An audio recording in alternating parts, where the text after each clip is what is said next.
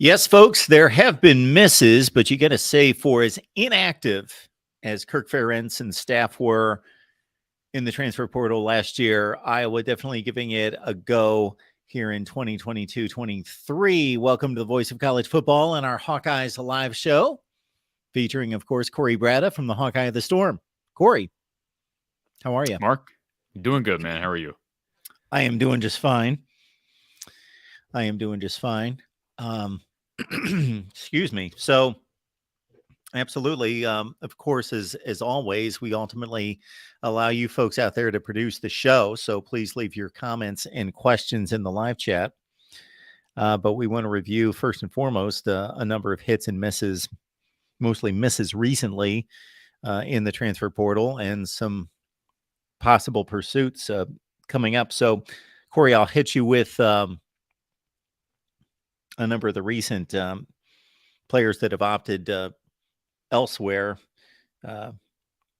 Isaac Teslaw chose Arkansas. Walter Rouse had Iowa in his final three. He ultimately selected Nebraska. Then he flipped. So this is a new one on me. Guys that are flipping in the transfer portal. So can I assume, I don't know the timing of that commitment. I got to go back and look at that. But can I assume you discussed the commitment to Nebraska on this show prior to him committing to Oklahoma? We did. Okay. And then we discussed it on the Oklahoma show. Although that just happened here in the last few days. So we had yet to do it on the Oklahoma show, I believe. I'm losing track of these guys. But well, he was a decorated lineman. I mean, he got 4 years under his belt at Stanford. And now I've heard some, there's always the people that when he didn't commit to Iowa, why he must be an idiot if he doesn't want to be developed by Iowa. He's obviously there's a reason why he's not already in the NFL. I guess that's true. One could say that, Mark. You'd think that if he was as good as advertised after 4 years, he'd be ready to jump to the league. So there's probably a reason why he wants to stick around. But, I mean, you get the transfer portal. I think it's safe to say that there are significant NIL opportunities for a guy who has as many starts under his belt as a guy like Walter Rouse. And certainly there are teams out there that need help up front, one of which being Nebraska, one of which being Iowa, and apparently Oklahoma. So that was a miss. They got him on campus. Iowa was in the top three, and they missed on Walter Rouse, as we talked about, I think, last week. They missed on Isaac Teslaw, who ends up going to Arkansas. He cited the SEC and just everything available to him at an SEC school, and just kind of used the terminology that it was just different down there in Fayetteville. So ironically enough, I was in Fayetteville when Isaac Teslaw was there. I didn't know that at the time. I was circling the stadium. Didn't know he was visiting that weekend. So anyways, a tough break for Iowa because they spent a lot of time and a lot of effort on Isaac. They identified him early, and, along with Iowa State, those were really two of the first few programs, Power 5 programs that made a push for him. And then his recruitment blew up and he goes elsewhere. And now you're really looking, I mean, you got Seth Anderson on board. I just interviewed him on my channel here, released that yesterday. Great young man. I see big things in the future for Seth Anderson, but they need more help than one guy. I thought they had good individuals last season. Now, Keegan Johnson was out all year with an injury. Arlen Bruce that's the thing. You can't just have one guy in college football. You got to have multiple people on the outside. So they need multiple bodies. Nico Ragaini is coming back. I don't know that we've discussed that. He announced he's coming back for another year. That's good because he was, I thought, really good when he was healthy this season. He'll be a solid piece, but he's not a number one receiver in my mind. Not at this level. They need a couple other guys. When he was really good his freshman year, they had Brandon Smith, Amir Smith-Marset, Tyrone Tracy, and Ragaini. Even though I think maybe he led the team in receptions, I still kind of felt like he was the second, third, or even fourth best player in that room. You can disagree with that if you want, but my point is I don't want another 2016 where Riley McCarron was your number one receiver, who, again, was a good receiver, but not a number one receiver at the Big Ten level. They need multiple guys. Anderson's one. I think he'll end up being a starter. Vines is back. Ragaini will be a starter. And then after that, is it Brody Brecht? Is it Jacob Bostic, who will be 1 year older? He didn't see any playing time this year, despite some flashes in fall camp. And then you got several freshmen, Jarrett Bowie from the Tampa area. You've got Dayton Howard from Kansas City. You've got Alex Mota, who I'm high on from Marion, but a lot of unproven commodities, Mark. That's the big thing. Like we can throw names out. I can toss out names all day, but I'm concerned with proven commodities. And I'm high on Seth Anderson, but he's not proven it yet at this level. I think he will. I have more confidence in Seth Anderson proving it at this level than any of the guys that were coming out of high school. But again, Charleston Southern, as you know, is a totally different level. You're competing against West Carolina and I don't even know Lehigh, or I don't even know who else is in that conference, the Big South. It's totally different. So boy, it'd be nice to have landed a guy like Tesla. And even though Tesla, he wasn't playing Power 5 football or even Division I football, you have the endorsement of all these other schools that were offering him. And boy, physically he looked the part at 6'2". He's a big guy. I know Kelton Copeland, Iowa's receiver coach, just started following Tyron Smith, UTEP receiver, yesterday on Twitter. We can talk about that if you want. I mean, just because a guy follows someone on Twitter doesn't necessarily mean they're pushing for him. But as soon as I saw he hit the portal, Mark, I thought, okay, you got to look at him, right? I mean, we're towards I think the portal window, does it end tomorrow? Tomorrow or Wednesday, or I guess tomorrow is Wednesday. Tomorrow, Thursday. It's this week. So you're not going to get many more guys entering the portal. Maybe you'll get a little bit of a flash in the pan, so to speak, here at the end. But, Smith's a guy you probably look at. I don't know if the guy from Syracuse, I believe he pulled out. Am I correct in saying that, Mark? Let's see. What was his name? It's weird, Mark. You got guys that are like Rouse who commit somewhere and then a day later he goes somewhere else. And then you have guys who enter the portal and a day later they withdraw their name from the portal. That tells me one thing. There is money being thrown out on the table once these guys announce. And there's a sense of desperation with some of these coaching staffs. And I'm not saying that's right or wrong, but it's the era we live in, that we observe nowadays. So, guys like Tyron Smith, who's probably going to be a hot commodity here these last few days. You look at those numbers. I mean, he's got 1,600 yards in 2 seasons. I believe he played JUCO ball his freshman year. He's got 2 years of eligibility remaining. He's a small guy. He's like 5'7", according to the UTEP website. But, he's a perfect example of a guy who gives you speed, gives you really good hands. He's not going to be jumping over guys to make catches, but you need production, and he's at least proven it at the FBS level. Yeah, so a few observations here. One involving Tyron Smith. Excuse me, I have not seen him play, and if I have seen him play, I did not take note of it. If I saw UTEP play a bowl game, not this past season because they didn't make it at 5-7, but I'm not watching UTEP football, so I know little about him except for the numbers that we see right there. But at that level of football, with that type of production, you would think he would be a guy that could contribute at the Big Ten level to some meaningful degree. He's not going to catch 71 passes for 1,000 yards, most likely at the Big Ten level. I don't know that those kind of numbers are going to, especially in this offense, aren't going to translate. But you got to think that, it's a pretty strong group of 5 schedule that he played. So he's a tremendous prospect. And one other comment that you made just concerning the surveying the field is that to find proven players in the transfer portal is pretty difficult, because we're talking about 65 Power 5 teams looking for players. And if you go position to position outside of the quarterback position, quarterbacks enter the portal for various reasons. One that is different than every other position, obviously, is that they can only start and can only play if they are the starter, as opposed to all the other positions. So you see a deeper crop of quarterbacks, I believe, than you do other positions, based on being proven as players at the Power 5 level, or at any level, at the Group of 5 level included. But if you go position by position, there aren't that many players out there like a Walter Rouse, who is proven. He had 39 starts at Stanford with over 2,500 snaps. And but even at that, if you believe in all conference accolades, which I don't always, he was nothing more than an honorable mention at the Pac-12 level. I believe that was in 2020. So the past 2 years, he didn't receive any even honorable mention in the Pac-12, but he was highly sought after, as you can see by um, Iowa and Auburn being two of the Final Four, in addition to Nebraska and Oklahoma. And then your final point about the money that's exchanged, or our thoughts that, I'm not going to make things up, but the presumed amount of money that's being exchanged, and why we could start to see more of the Walter Rouse story, uh, replicate itself in guys flipping from commitment to commitment late in the process.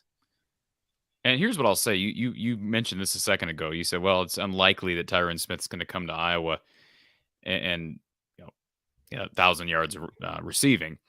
Obviously, there's a difference in play style between UTEP and Iowa, and I don't know the UTEP offense inside and out, but there's plenty of receivers. I think we'd agree on this, Mark. Plenty of receivers out there that are producing, even at the Power 5 level, that probably would take a hit if they came to Iowa, just because of how Iowa plays and the issues up front. But here's one thing about Tyron Smith. You showed those numbers a second ago. He started his career at the JUCO level, so he obviously wasn't ready for Division I, FBS football, certainly not Power 5 football. He plays a year at that level, obviously does well, because now he's got an opportunity at UTEP. Goes to UTEP his first year, gets 400 receiving yards, and then his second year he's over 1,000. So although you're probably right that he comes to Iowa and would not come close to that level of production, the trajectory is positive for a guy like Tyron Smith. I'll give you an example. Charlie Jones, he goes to Buffalo as a walk-on. And he's got 395 receiving yards. 3.5, 4 years later, he's at Purdue and he's got 1,400 receiving yards in 1 year. So the trajectory of Tyron Smith, guys like Tyron Smith, I think is encouraging. And you hope, even though he lacks maybe some of the intangibles like size, that he can be productive and get better once he gets here, right? I mean, you want your guys developing. You expect, if you're a Power 5 position coach, that you should be developing guys who are at a lower level. You should be able to develop them better than the wide receiver coach at UTEP. Now, in all reality, I don't know that always happens, especially at that position at Iowa.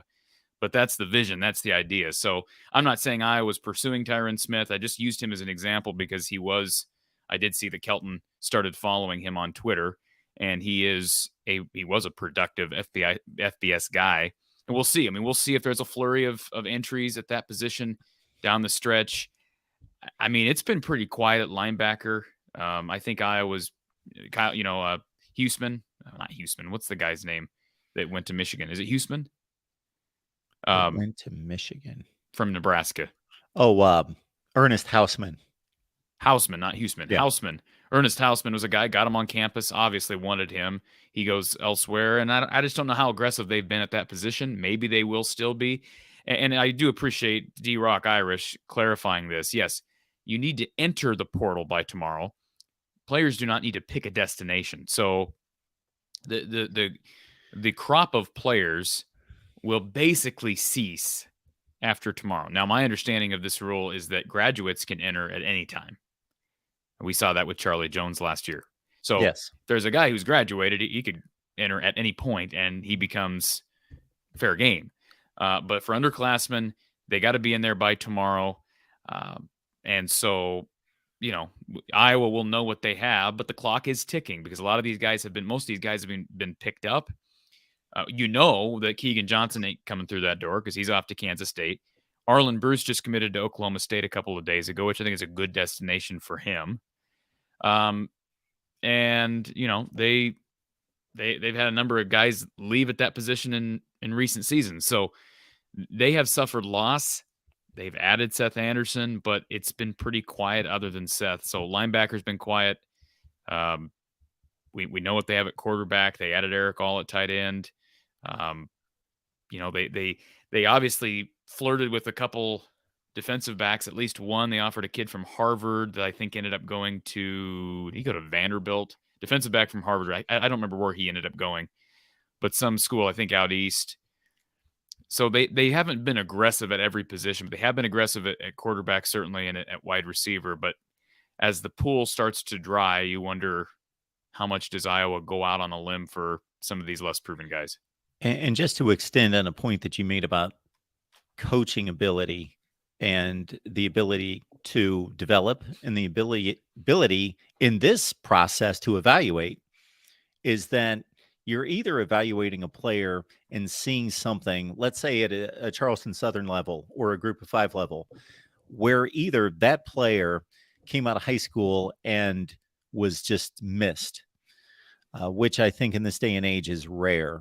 But they were either missed or they got on campus, and due to their cerebral ability, their ability to be coachable, the tremendous coaches that they had at whatever school we're talking about, they developed way beyond what was expected of them coming out of high school. And now they are just ready for the picking to be elevated to a Power 5 team, because they have, and maybe like a Tyron Smith, when you see this kind of production. Now, Corey hasn't seen him play. I have not seen him play, but we're just looking at level of production in a decent Group of 5 conference. 71 catches, 1,000 yards. There aren't that many guys out there posting those kind of numbers. So he's elevated himself to a certain level of play, or said coach is able to look at a player and say, they have yet to emerge, but I see the athleticism, I see the ability, whatever that is for that skill set, level of skill sets for that position. And I believe we can get that out of him. And if he comes here, we can develop that. Or, like I say, with the Tyron Smith giving indication that he's already taken those strides and he's ready to really emerge at the next level. I'm just curious, how many guys do you know of that are wide receivers at the Power 5 level that are 5'7"? I'm just curious, since we're having this discussion about Tyron Smith. Probably, I would guess, okay, if you got to figure 65 teams and the average team plays 4 receivers on a regular basis, 4 to 5. So you're talking close to 300 receivers. There seems like there's about 3, but I'd say 20 or 25. So the reason I bring that up, and again, I want to preface all of this. Sometimes when you bring up, I've done this on Twitter where I'll just retweet that somebody's entered the portal. Yeah. And people will start yelling at me. Well, is Iowa even going after him? Why are you retweeting this? It's like, good Lord, can I retweet what I want to retweet? I am not implying that Iowa's making a hard push for any of these guys. It's my Twitter. Mark, it's my Twitter. Well, you have to respect the position at which you are now taken as an authority. All right. Well, as it relates to this discussion, I want to preface it by saying I don't have any information. I'm not privy to any information that Iowa's making some hard push after Tyron Smith. He's a talking point because I saw that their position coach, Kelton Copeland, started following him, and he just entered the portal yesterday. That's a valid conversation. He's 5'7". I think of small receivers, and Don Patterson has brought this guy up a number of times. When you think of small receivers at the NFL level, who do you think of? Who's the first guy that comes to your mind? Well, the first guy that came to mind minutes ago was a guy that tore up the Big Ten, and that was Rondell Moore, Purdue. Okay. Rondell Moore. Now, as far as I'm talking elite production at the NFL level, because Rondell Moore has been okay in the NFL, but who am I missing? 5'7". Well, no. I didn't say 5'7". I'm just saying undersized, short guys. Oh, I'm thinking like Julian Edelman, somebody like that. Okay. I'm thinking Tyreek Hill. That's the first guy that comes to my mind. Oh, Tyreek Hill, Hunter Renfrow, good at Cole Beasley. But I'll say this. Tyreek Hill's 5'10". So if we're using that as the gauge, like he's small, he's 3 inches taller than Tyron Smith. And he looks small on an NFL yes, field. He does. Can you imagine what how big is Rondell Moore? Do we know? I think he's in that 5. I'm going to say 5'8". Okay. Is my guess. Well, according to Google, he's 5'7". So, Okay. you know, I guess I guess he would be the comparison if you want to make one. Now, again, we're just talking about physical attributes, but the reason I bring that up is that's something that if you're Iowa, you need to look at, right? Height is something. I mean, you don't want to just ignore it. I also wonder, Mark, if Tyron Smith is a guy that Iowa chooses to pursue, how much does that height, how much do you think that height scares other teams off? Like the best of the best schools that Iowa would lose players to, especially at that position in a typical cycle. How much does that scare those programs off? It doesn't scare me off unless I already have one or two of those guys, because you can't field a core of wide receivers at 5'7". You can have one guy be that guy if he's that good, but you need different. The ultimate wide receiver core has the diversification of the diversity of numbers of body types and speed levels and strengths and weaknesses, meaning you're blow it off the top defense, the guy that can run the 4.38 and is just blazing fast. And then you've got your number one guy that's premium route runner, combination route runner, speed, hands. You got your big body guy that's the more red zone guy, first downs, can just body up a guy and pull it down. And then you've got your Rondell Moore, Hunter Renfro, Adam Humphries guy in the slot, Julian Edelman, that just is so quick twitch in space and can get open and has remarkable hands. The reason I bring up that situation is you can look at the total polar opposite of a guy like Tyron Smith. You got, Tyrone Broden, the Bowling Green receiver who just committed to Arkansas. First of all, Arkansas is tearing it up right now at receiver in the well, and they are. Give them credit, they are. I mean, with Tisla and Broden, there is some serious athleticism now on that team. Now, if anybody doesn't know who Broden is, Broden, I believe, is like the tallest receiver in Division I college football. He's like 6'7". So we'll see if he ends up being a receiver there. They move him over to tight end. But my point bringing him up is Broden was a Bowling Green. I mean, he's playing at basically the same level that Tyron Smith is playing at. Now, you might say the MAC is a notch above what is it, Conference USA? Is it? Is it pretty comparable? Okay, that's fine. Level playing field. My point is Tyron Broden. He's 6'7", didn't have as good a stats as Tyron Smith has. He had offers from Iowa State, Texas A&M, Colorado, Oklahoma State, Purdue, Indiana. He had all these Power 5 offers. So I'm just saying, like, height does make a difference at this level. I think there's very little question that if Tyrone Broden was 5'7" instead of 6'7", he was not pulling in all those offers. Not based on the productivity. Tyron Smith has a productivity, does not have the size. So, I don't know. We can move on from the subject, but I just think it will be interesting to see a guy like Smith.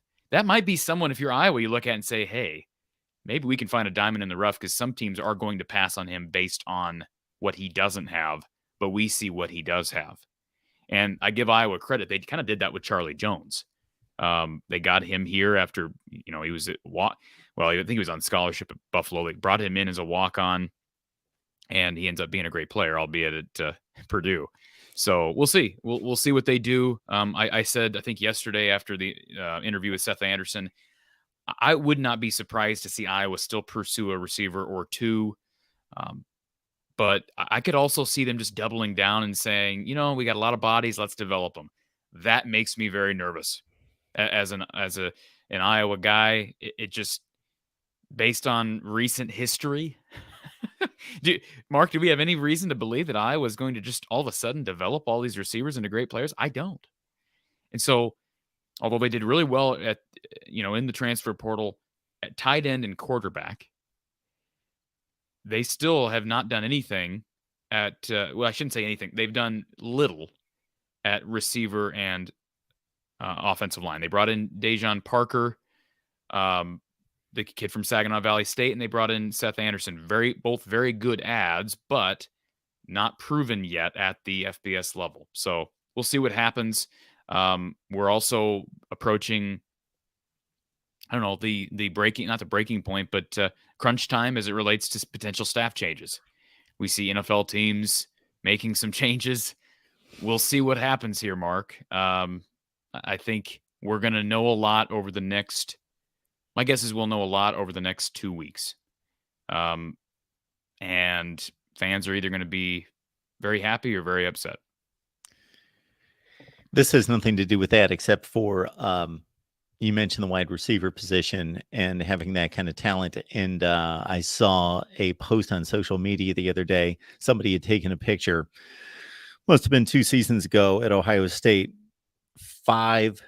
Now I'm making an assumption about 2 of them, but what should be 5 first-round receivers on the same team sitting on the same bench, all next to each other. 5 of them, all taken in the first round of the NFL draft. Jack Vyers, your buddy Jack here, is concerned about Kirk having the requisite 60% winning percentage for qualification into the College Football Hall of Fame. And he's right. I just went to the numbers. He has a 617 winning percentage at Iowa, but if you throw in the 12-21 stint at Maine, it lowers it, and he's got to go 10-2 next year, apparently, after Jack's done the math. Well, that's actually I'm not saying that's Kirk's priority, but that is a fair topic because this next year, if that's going, he probably, this is going to sound bad, but unless massive change, like and I'll admit there's a possibility at this point. I've teased this that I think I still believe there's a potential that Iowa makes a change based on intel that's been given to me over recent weeks, but I also acknowledge there's still a chance that we don't get any change. Like, this is not a done deal yet. I don't think it's a done deal behind closed doors. I don't think certain people know, oh, we're getting a change. No, it's still very much in doubt one way or the other. But if there's not change, this next year would probably be Kirk's mainly, maybe his only opportunity to get that percentage over 600 because the West there's some teams in rebuild. Nebraska's in a rebuild. Wisconsin, although they've done great things in the portal, they may get that thing. Luke Fickell may get that thing driving quicker than I thought he could. Iowa, Purdue is in a rebuild. So Iowa is in a situation where you probably have a decent shot to get to 10-2, even without massive changes, which is going to be, we're going to be right back where we were in 2021, where you can kind of sleepwalk your way to a West title, but you miss an opportunity to be really, really good. But that would potentially, as Jack brings up, get you over 600. After that, do we have confidence that Iowa's going to be able to rattle off a lot of 9 and 10 win seasons once Fickell has that program in Madison humming? I think Rule's going to get it done in Lincoln. Who knows with Purdue, but Fleck is still at Minnesota.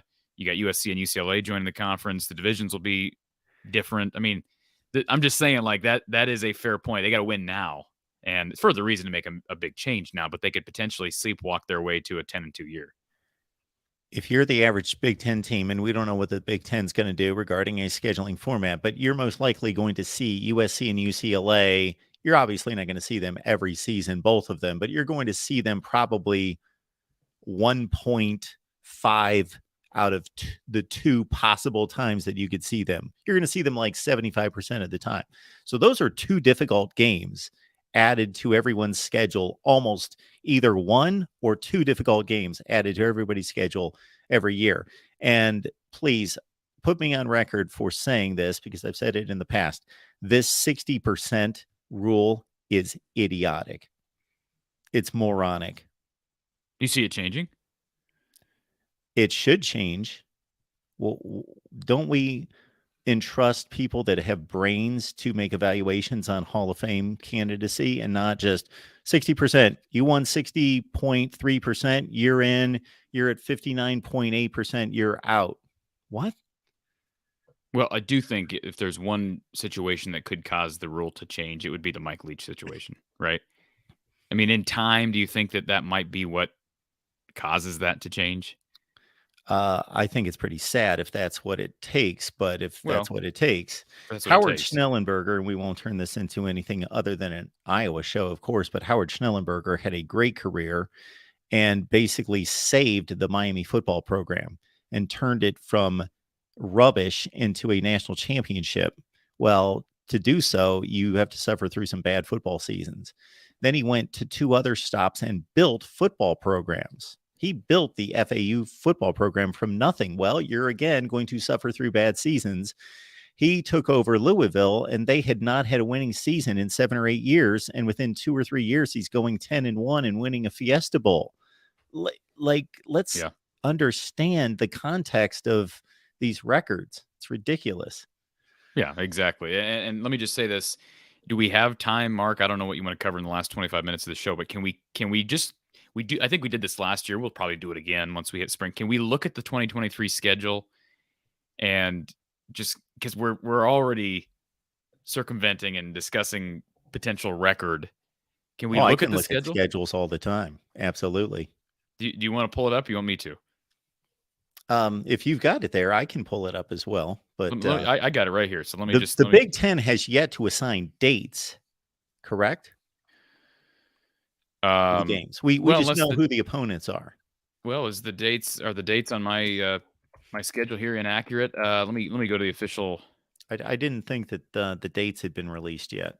No, I believe they are. Oh, if they are, then I got my work cut out for me. I better start doing some schedule previews. I mean, I don't think the times are here, but if you go to the Iowa website, and I'm looking at two different. I'm looking at the Iowa website, and I'm looking at FBSschedules.com, and they both have agreeable dates. So let me just pull this up here so everybody can see. Okay. Let's see here. Okay, I just want to run through this and get your thoughts, Mark. Based on, let me zoom in here so we can see this a little bit better. So this is the 2023 football schedule, barring some change. You've got Utah State, which they've had worse opening games. Like Utah State's a decent football program. They get at Iowa State, Western Michigan, Penn State, Michigan State in September. So I know you don't like to go game by game and do it that way, but for the sake of this discussion, I guess let's do that. I'll just read through the schedule. You tell me at this point, without examining it further, who you would take. Start with Utah State. Iowa wins that game over 90% of the time. Okay, that's a win. 1-0 at Iowa State. By the way, we're picking these without really examining, and we're also assuming that we're not going to get some major changes via the portal because we are deep into the cycle now, etc. So we're picking it based on what we have now. This is a difficult game. Of course, they lost it at home this past year, but Iowa should be a reasonable favorite in that game and win the game. Iowa State was the worst team in the Big 12 this year. Is that fair? Yes, they were. Okay. So that Iowa should be the favorite in this game, 100%, even though I do think Iowa State should be improved if Matt Campbell is half of what we think he is. Western Michigan at home. Western Michigan. I get the Michigan schools, the directional schools, confused. I believe they went 9-4. I think they were the good one, but I might be wrong on that. They might be the 5-7 one. I'll have to look that up. Regardless, it's a MAC team, and Iowa should win that game. They have lost, and I'm talking about Western Michigan, and I think that's what we're going to see with a lot of these Group of 5 programs, Mark. With the transfer portal, you're going to see some of these programs that are humming and doing well, and then they have to take a hit for a year because guys jump to the next level. And I'm not talking about the NFL. I'm talking about Power 5. Corey Kroom's perfect example of that. He just jumped to Minnesota, wide receiver out of Western Michigan. They've lost several guys to the Power 5. So I would agree, though. Western Michigan's a win. So at this point, you're looking at 3-0 at Penn State on September 23rd. Loss. Okay, so we'll mark that down for our first loss. Michigan State at home on the 30th. I believe they'll win that game. Yeah, I mean, it's probably a pick 'em for me in a neutral field. It's at home, and the last time Michigan State came to Iowa City was a weird game. Iowa was 0-2 in the Big Ten in 2020 with no fans in the stands, and they absolutely killed a Rocky Lombardi-led Spartan team. Now, again, it's totally different circumstances, but I think they'll is that right? Rocky Lombardi? Rocky Lombardi. Okay. Yes, he was coming off a 300-plus yard game at the Big House. Yes. So I think we're both in agreement that as of right now, you're probably picking Iowa to be 4-1 in September. Let's move down to October. You've got Purdue to start things off in Kinnick. New coaching staff, new quarterback. Purdue's going to look different. Yeah, I think they're going to look different, and they're most likely not going to be the team that they've been the last few years. Iowa wins. I would take Iowa. There's no longer the Braum effect there. That's gone. So at this point, and unless now I forgot the head coach's name. Remind me. Ryan Walters. Ryan Walters proves me otherwise. I'm taking Iowa, especially early in the season. Sure. On October 7th. So do the math. That's 5-1. Now at Wisconsin on the 14th will obviously be a big game, and I'd say a probably very competitive game. Fickle potentially starting to round into form by middle of October, but again, that's still a lot of overhaul, a lot of turnover in that roster, and a new coach, completely new coaching staff. As it stands right now, despite all those changes, I like Wisconsin at home. Okay, so I would probably take Wisconsin given the fact that they're at home, but if it was a neutral field, I'd probably take Iowa. I'd see this being a close game, but again, long ways off. Minnesota and Iowa City. Hawkeyes have won, 8 straight in this series? When is my guy PJ Fleck going to get it done? Yeah, again, this is just going to become a road home evaluation at this point, because I think the two teams are extremely close, and I think this Calais Kamanis at quarterback from Minnesota may turn out to be pretty good. Yeah, I agree. But I like Iowa at home. Yeah, you have to take, just the series, and I know people say, well, history past doesn't matter. Well, it seems to. They won 8 straight in this series. So on the road at Northwestern on the 4th of November. Oh, my word. After a bye week, they better come out ready to go and just, hold Northwestern to 100 yards of total offense and win the game easily. Okay, Rutgers at Kinnick. Win. Rutgers has no offense. Okay, Illinois at Kinnick. Wow, that could be for the division. That could be. It's going to be, again, I'm looking at 4 schools. I'm going to throw Purdue by the wayside. I think we're looking at 4 schools that are all just really good, solid football teams, and Illinois is one of them. They do lose a ton of great defensive secondary. They may have 3 guys drafted out of their secondary, and of course, Chase Brown's gone, the leading rusher in the nation. So it's at Iowa. I like the Hawkeyes. Still, we forget it's early. It's still early in the Bielema tenure. I know we're entering, is it year 3 now? Yeah. That we're entering, but I don't think most people expected them to take the jump they did this year. So you wonder, is it 2 steps forward, 1 step back, potentially, for that program with losing guys like Chase Brown? I think Bielema will get it done there ultimately like he did this year. But, again, at Kinnick, at this point, I'm probably taking Iowa in that game. And then you finish off at Nebraska. Will be tricky on the road. I would take Iowa in that game at this point based upon, again, the change. I find it hard to believe Rule just gets it done right away. Now maybe he will, because again, the portal is a big player in all this, but I would probably take Iowa, even in Memorial Stadium. Nebraska's got an interesting quarterback battle between Jeff Sims and the incumbent Casey Thompson. Casey Thompson says there is no battle, Mark. Oh, did he? I missed that. I think he said that a couple weeks ago.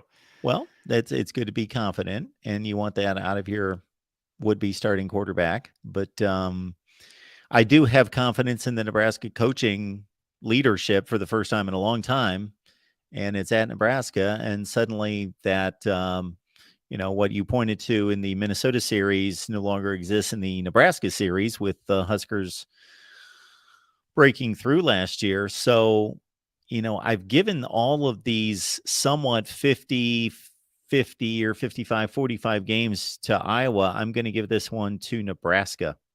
Okay. So, but even then, based upon what you just said, I'm picking Iowa in that game. I believe that I've got them at 10-2. You got them at 9-3. Yeah.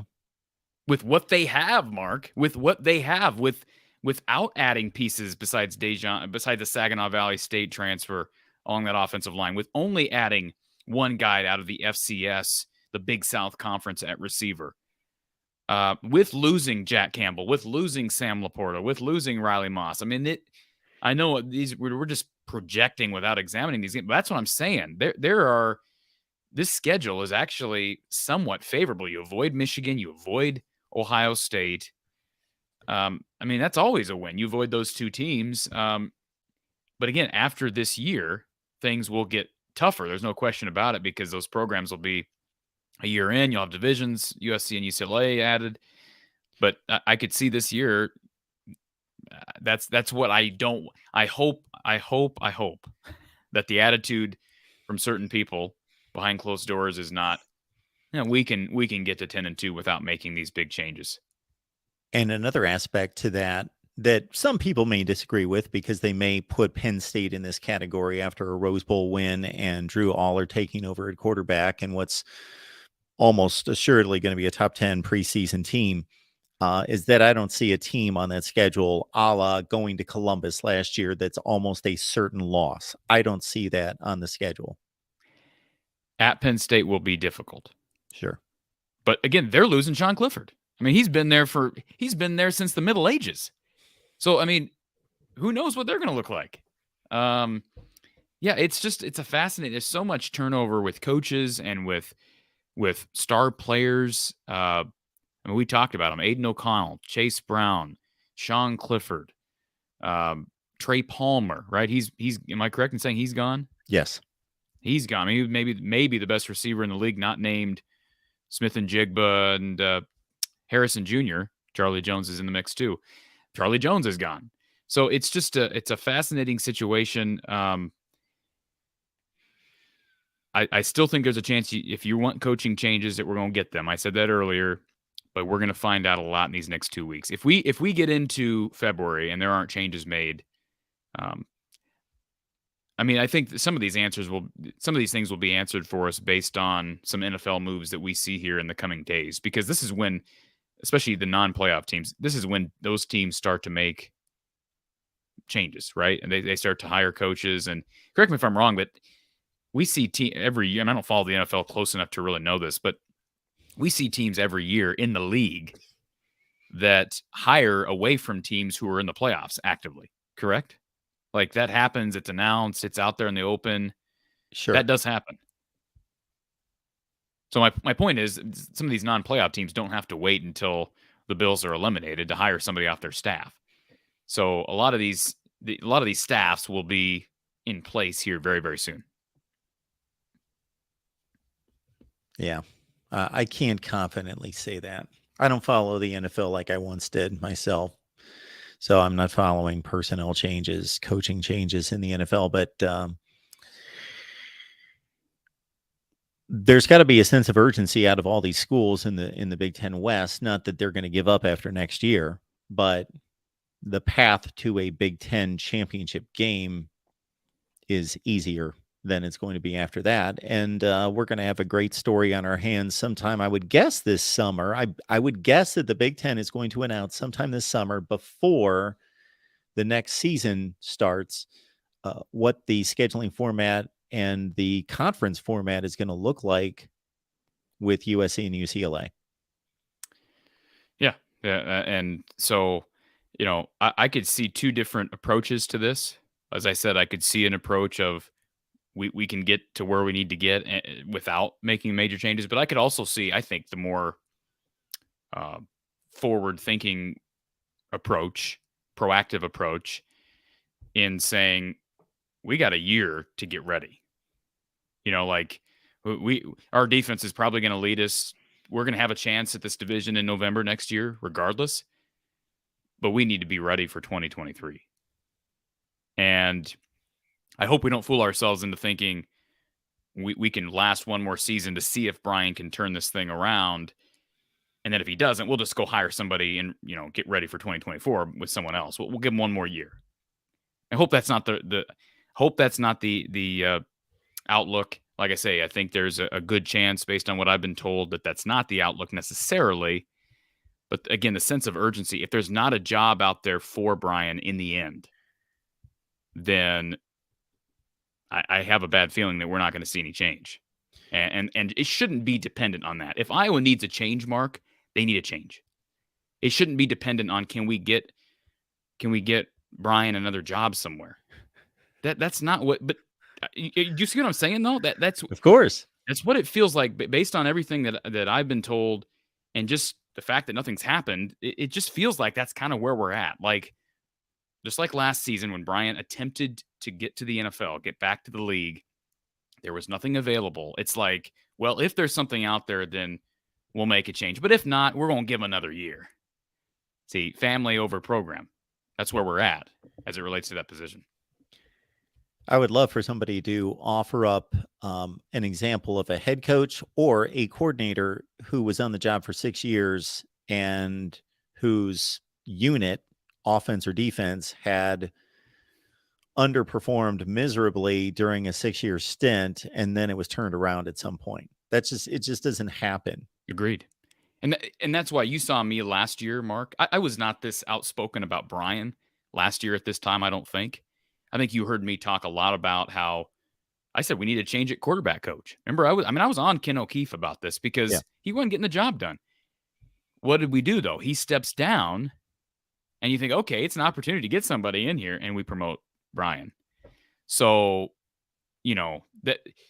that's where really some of this frustration started. But I am to the point I felt like I, as a fan, I think a lot of people would agree with this. I felt like I, as a fan, gave Brian plenty of time. And I am to the point where I've checked out. I've checked out of hoping that he can figure it out. I don't have faith that he can figure it out. I don't have faith that he's equipped to figure it out or that he's humble enough to go get help to figure it out. I just don't. And if he proves me wrong, so be it. But you know what I'm saying? You're past the point of, well, maybe we see what happens. No. That's where I'm at. I'm not telling how others how to feel. Everybody can have the right to their own opinion. And if somebody loves Brian, I know there's people out there that love him because his last name is Ferentz. That's fine. But hey, it's nothing against him personally. But as I said on so many different occasions, I'm past the point of putting faith, hoping eventually he'll figure it out. No, I'm past that point. I think plenty of time has been exercised here. Well, what sent a ridiculous situation over the line to ludicrous was that not only was Brian Ferentz retained as offensive coordinator when his offenses were ranking between 95 and 120 in the nation for his 6 seasons, but prior to year 6, he's then given the responsibility to coach a position that he doesn't have any expertise in. So he's underachieving at what he's doing, and then you're going to give him the responsibility of the most important position on the team that he doesn't have a background in. And Tim in our chat, he hits the nail on the head. Iowa in 2023, 10-2 with Brian. Without Brian, 11-1, 12-0. I could see that. I could see that. I think one change could potentially be the difference. Now, maybe they don't. Maybe they go 9-3, 10-2 without him because we know there's going to be growing pains with a new staff member. Any new staff member, there's going to be growing pains. We get that. So there's a potential that there's not a huge flux, but I think regardless of what you do, it's hard to be worse than what they have been.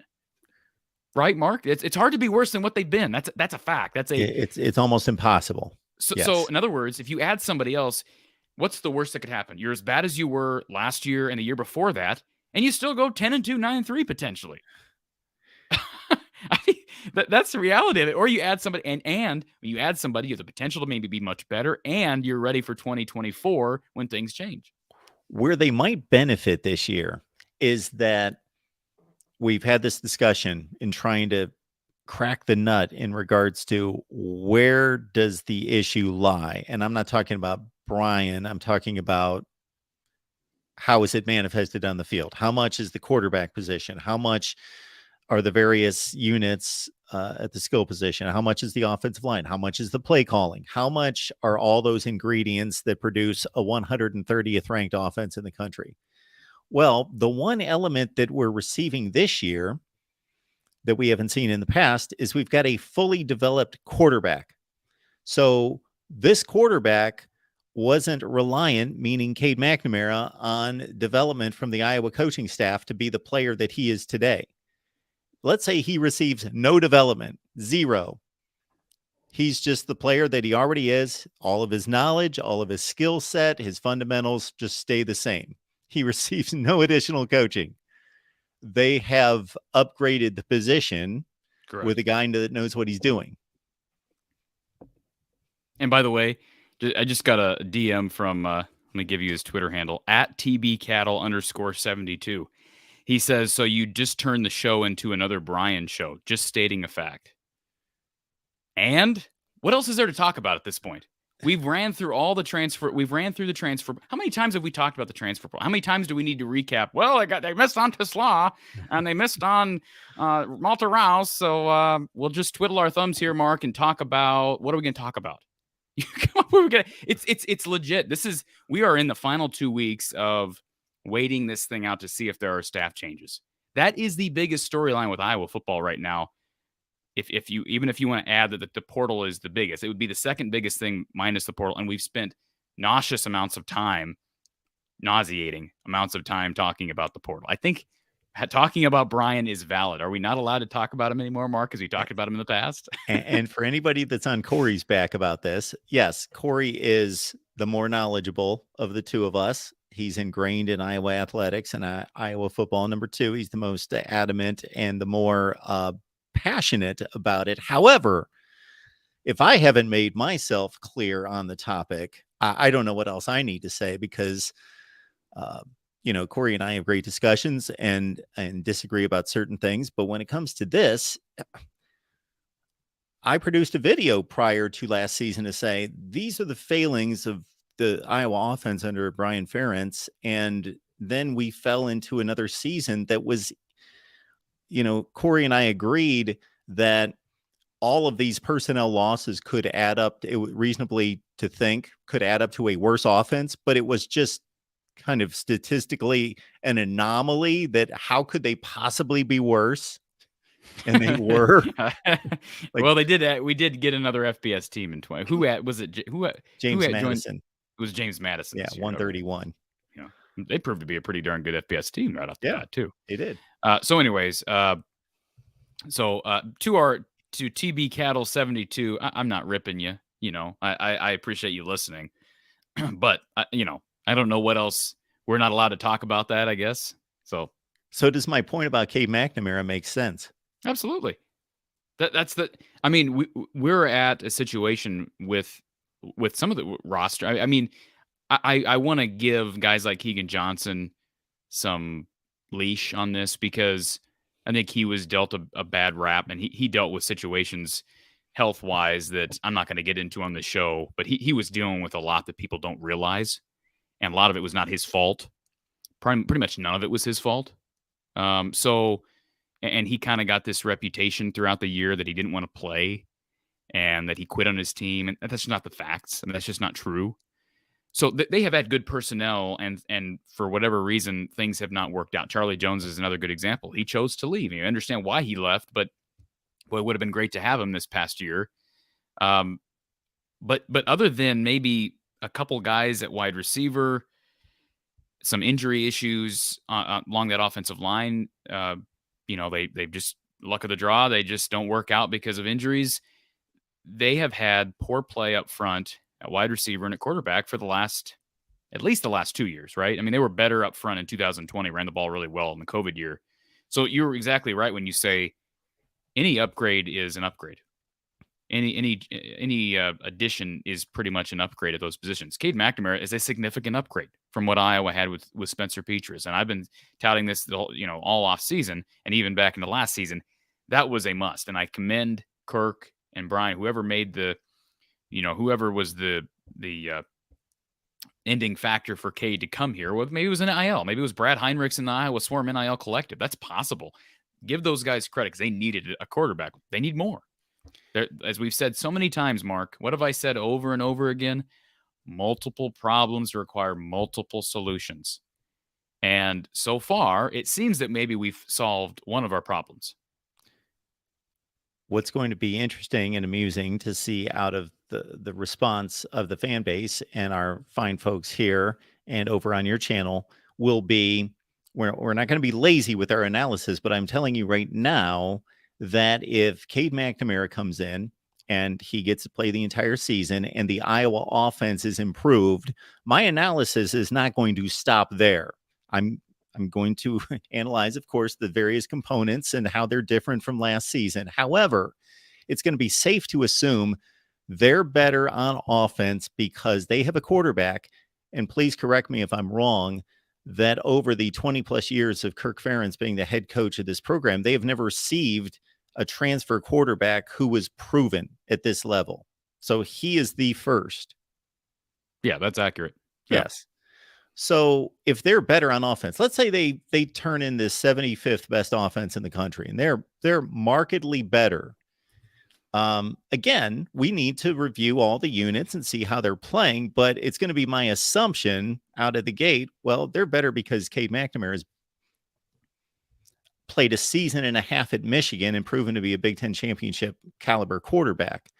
If they're not better, or they're just slightly better, they're 119th in the country in total offense. And let's say Cade McNamara is turning in a substandard season, then I'm going to lay the blame at the coaching staff. And if Brian's still around, to say he's even bringing down a capable quarterback. No, he may bring down a capable, they'll be better, Mark. They will be better next year. And maybe I said that, I think I did say that last year, not unequivocally like I just did. But I said it, we both said it last year because of the pure logic behind. Common sense tells you that when you're 123rd out of 130 teams, you're probably going to go up. They didn't. But what I'm saying is they're going to be better sheerly because of the upgraded quarterback. Now, they do lose a really good tight end in Sam Laporta. I mean, a really good tight end. So that hurts. But where else do they lose pieces? Keegan Johnson is a loss, but he didn't play all of last year. So you're not losing production from 2022. Arlen Bruce is a loss, but hey, we weren't getting him the ball anyways. So again, production-wise, we didn't lose a whole much. And it ain't his fault, but that's just the fact of the matter. So you lose some guys, you add some guys. I think you got guys like Dejon Parker and certainly Seth Anderson, who will give you immediate production. That's positive. But you're exactly right. I mean, there's still the potential, despite having a proven guy in Cade McNamara, that you're not going to be able to get everything out of your personnel that you would be able to get with an adequate offensive staff. I think that's fair. And I'm not ripping everybody on the offensive staff. Believe me, it's not what I'm saying. But it starts at OC. Where else do you start with this? And quarterback coaching. Hopefully the quarterback coaching thing is resolved to some extent purely by the fact that he was coached by a really good offensive staff and a former quarterback and head coach in Jim Harbaugh in Michigan. But there still is play calling, right? There's still, everything that goes into being an offensive court. There's nothing right now that I have a lot of confidence in Brian Ferentz to be able to pull off it as the offensive coordinator, because development's not been great. Recruiting's been a struggle. Quarterback coaching has been a struggle.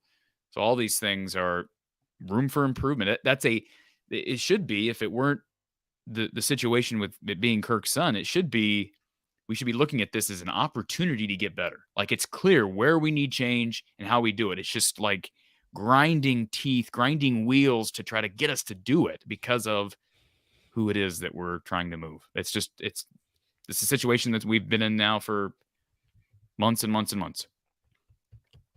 Folks, we appreciate you being here at the Voice of College Football for our weekly Iowa show with Corey. And Corey is the main reason we've got an Iowa channel here at the Voice of College Football. So we appreciate his efforts. Join the deep dive, join all of his content there at From the Hawkeye of the Storm. And as Corey alluded to earlier in the conversation, his conversation with Seth Anderson. So check out Corey's interview with Seth. I checked out about half before I had to move on, but I intend on finishing that interview. Really good interview, again, with Iowa's latest edition. How much do you remember of his dad, Flipper Anderson? Oh, I remember a lot about him. Number 89, 83. I believe Seth is 83, I think. He was a Seth 83 at Charleston. And what year was the 336-yard receiving game? Do you remember that? I'm almost positive that was on a Sunday night in New Orleans in 1989. That's correct. Okay. Yeah. So, no, like I say, I can't say, I've said this several times. Me saying that Iowa needs more help at receiver is nothing against Seth Anderson. I think he's going to be really good, and he's a good kid, nice guy, just a really humble young man, which I don't want to say it surprised me, but when you have such great roots, you think maybe you've been put on a pedestal your whole life. That's not the vibe that I got in talking with Seth for, I don't even know. I mean, the interview was 20 minutes, but I probably talked to him for 40. So really impressed with him and excited to see what he can bring. And he's there now. I believe he moved in this past weekend is what he told me. So he'll start developing some chemistry with Cade McNamara and Deacon Hill, maybe, right? The transfer from Wisconsin, Iowa also added, and we'll definitely see a different looking offense from a quarterback position this spring because besides Joe Labus and Petrus is out with an injury, it's going to look totally different. I'll save my Spencer Petrus question for another week. It's got plenty of time to vet. All right, folks. Again, we appreciate it. And also keep in mind that, as usual, we've got the most people on here at the conclusion of the show. So what you need to do is just wait for the video to post and you check out what you missed. Hear the voice of college football and try your best to make it on time next week at 4:30 Central Time. Again, hear the voice of college football. And what is your next show on from the Hawkeye of the Storm? Thank you for asking, Mark. First things first, Iowa had their basketball game with Northwestern canceled Thursday due to a lot of sick players, apparently. So you have something to say on that, Mark? Well, I was just going to say that I do a much better job of keeping up with Iowa basketball because I follow you on Twitter. Otherwise, I would have no idea. But I see these posts, and therefore I know. Okay, yeah, because I saw you put out that expect the game to be canceled or something to that degree. Yeah, and I had no idea why, and then I saw why. Sure. And for the record, the reason why I didn't come out and say it, I did tell my premium subscribers on YouTube the game is going to be canceled due to COVID. The reason I didn't post that on Twitter is because that's one of those things that you prefer to have Iowa sports information be able to announce. Now, there are certain people in the media that chose not to adhere to that, what I think is a journalistic integrity issue. That's their choice, but that's why I didn't announce it. But it was it was up for our premium subscribers early this morning. So thank you for everybody who's a premium subscriber. So they will not have a game tomorrow. It's the anniversary. It's a 30-year anniversary of Chris Street's passing, Mark. And of course, BTN's running a Chris Street special, hour-long special. Coach Gary Close, who's on our show each and every game, after each and every game, he'll be featured in that BTN special. Jess Settles will be on the special. I can't wait to watch that tomorrow night. It was supposed to be originally supposed to be at 10 Central, 11 Eastern. Because the Iowa game was postponed, it's going to be slid up now after the Ohio State basketball game. So 8 p.m. Central Time on BTN. So that'll be really enjoyable. I'm sure there won't be a dry eye watching that program. And then we'll see we got Iowa basketball Saturday. So we'll have a post-game show after that. We'll see when the Northwestern game's rescheduled. I'm hearing likely end of January, but we'll see. There's a couple different windows that might work. That's what I was told this morning. We'll likely hear something about late January. But I do have a special Hawkeye edition live show coming up on Friday at 6 p.m. Central Time where we're going to be talking. We're going to be talking about Brian Ferentz in the offense. So for the people that got nauseated by me talking about it today, or we can just spend a couple more hours talking about it on Friday. So live show. And I'll kind of give some more insight into why I'm more optimistic about a change there. I'll give some more insight on that Friday. Again, 6 p.m. Central Time, call-in show. We haven't done one of those in a while, so we'll look forward to that. And then we've got more. We got interviews coming and all kinds of stuff. So definitely, if people haven't swung over to the channel, definitely do that. I'm almost moved as well to ask you how the Iowa women's basketball team's doing. They're doing fantastic, Mark. Second, well, let's see. Second in the conference. I think there's one team that's undefeated in the conference. I think Iowa's 6-1 now. I've missed I'll be the first to admit I missed the last two games. I've been in Texas and all the different places and just haven't watched the last two games. But they were on Fox last Saturday. I think it was the first women's basketball game to be featured on Fox on a Saturday? I don't know. But it was a really, really high quality game from what I've been told. Caitlin Clark is. Have you watched Caitlin Clark ever? Do you even know who Caitlin Clark is? I know you don't watch women's basketball. No idea who that is. Oh my God. Careful, you're going to lose some viewers here, Mark. You don't know who Caitlin Clark is? I can't name one women's basketball player in America. Really? Not one. You don't know who Brittany Griner is? Well, she's like a WNBA player now. Well, women's basketball player. Well, I meant a college basketball player. Okay. Well, I've heard of her. Now, if she didn't have the incident overseas, I may not have heard of her. Caitlin Clark is fun to watch. I'll say that. And the Iowa women are playing well. You got your concerns about them, but yeah, but we don't do regular post game coverage for the women, but there'll be continuous coverage as we get into February. I can't believe it's almost, we're getting late January already, Mark. Here in a couple months, basketball season will be wrapped up, and we're going to be in the dead of, I guess, spring practice again. But it's just crazy how time flies by.